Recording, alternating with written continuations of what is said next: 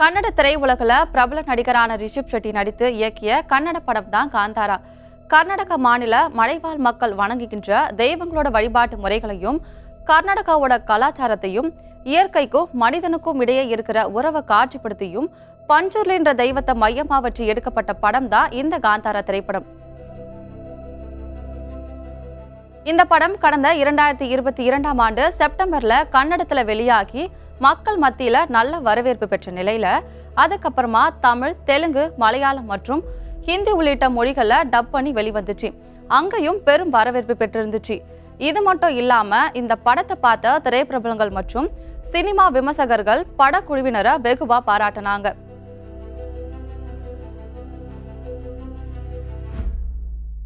இந்த படம் வெறும் 16 கோடியில மட்டுமே எடுத்த நிலையில உலகம் முழுவதும் 400 கோடிக்கு மேல காந்தாரா திரைப்படம் வசூலிச்சதா சொல்லப்படுது.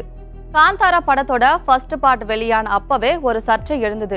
அது என்னன்னா, படத்துல வர வராக ரூபம் பாடல் கேரளாவை சேர்ந்த தாய்குடம் பிரிட்ஜ் என்ற இசைக்குழுவோட நவரசம் அப்படின்ற பாடலை காப்பி அடிச்சு எடுக்கப்பட்டதா குற்றச்சாட்டு இருந்துச்சு. அதனால இந்த பாட்டை படத்துல பயன்படுத்த நீதிமன்றமும் தடை விதிச்சிருந்தது.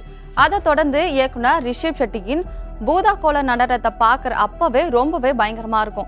அந்த நடனம் இந்து கலாச்சாரத்தின் ஒரு பகுதியின் குறிப்பிட்டு மற்றொரு சர்ச்சையும் வந்துச்சு. இந்த பூதாகோலன நடனம் ஆதிவாசிகளோட கலை அப்படின்னும் இந்து சமயம் இந்தியாவில் தோன்றதுக்கு முன்னாடியே ஆதிவாசிகள் இங்க இருந்ததா கன்னட நடிகர் சேத்தன்குமார் தெரிவிச்சாரு. அதுக்காக அவர் மீது வழக்கு பதிவு செஞ்சு கைதும் செய்யப்பட்டாரு. இப்படி முதல் பாகத்திலேயே பல சர்ச்சைகள் எழுந்த நிலையில காந்தாரா 2 படத்தோட படப்பிடிப்பு கடந்த வருஷம் கர்நாடகாவில் ஹாசன் மாவட்டத்தில் இருக்கிற கெரூர் வனப்பகுதியில தொடங்கி விறுவிறுப்பா நடந்துட்டு இருக்கு. அதை தொடர்ந்து பல உயிரிழப்புகளும் பல சர்ச்சைகளும் தொடர்ந்து நடந்துட்டே தான் இருக்குது.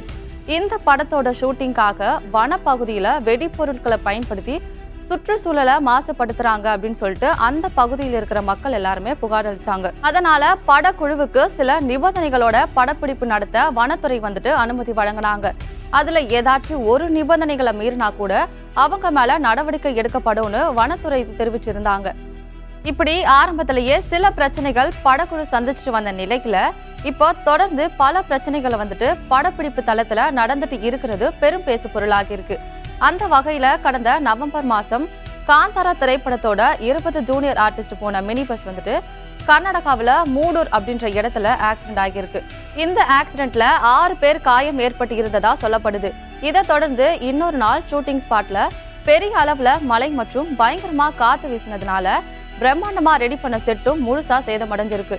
இதனால 3 கோடிக்கு மேல நஷ்டம் ஏற்பட்டதா படக்குழு தெரிவிச்சிருந்தாங்க.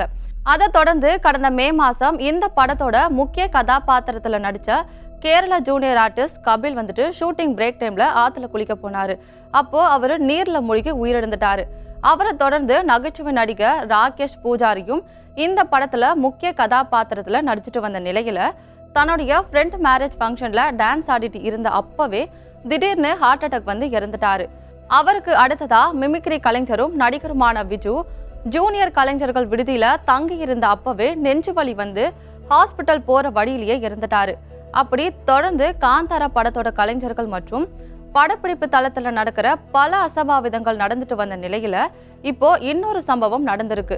படப்பிடிப்புக்காக ஷிவ்மோகா மாவட்டத்துல மானி அப்படின்ற நீர்த்தேக்கத்துல ரிஷப் ஷெட்டி மற்றும் 30 பேர் கொண்ட படக்குழுவினர் ஒரு படகுல போயிட்டு இருந்தாங்க.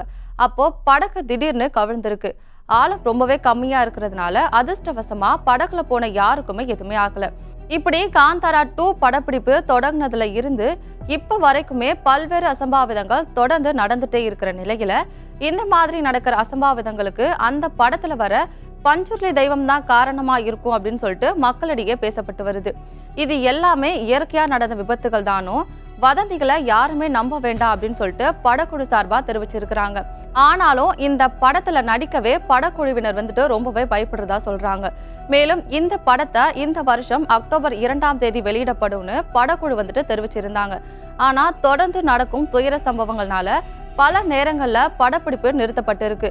சோ இந்த படம் திட்டமிட்டபடி வெளியாகுமா இல்ல மேலும் இது போன்ற சம்பவங்கள் தொடர்ந்துட்டே இருக்குமா அப்படின்றத நம்ம பொறுத்து தான் பார்க்கணும்.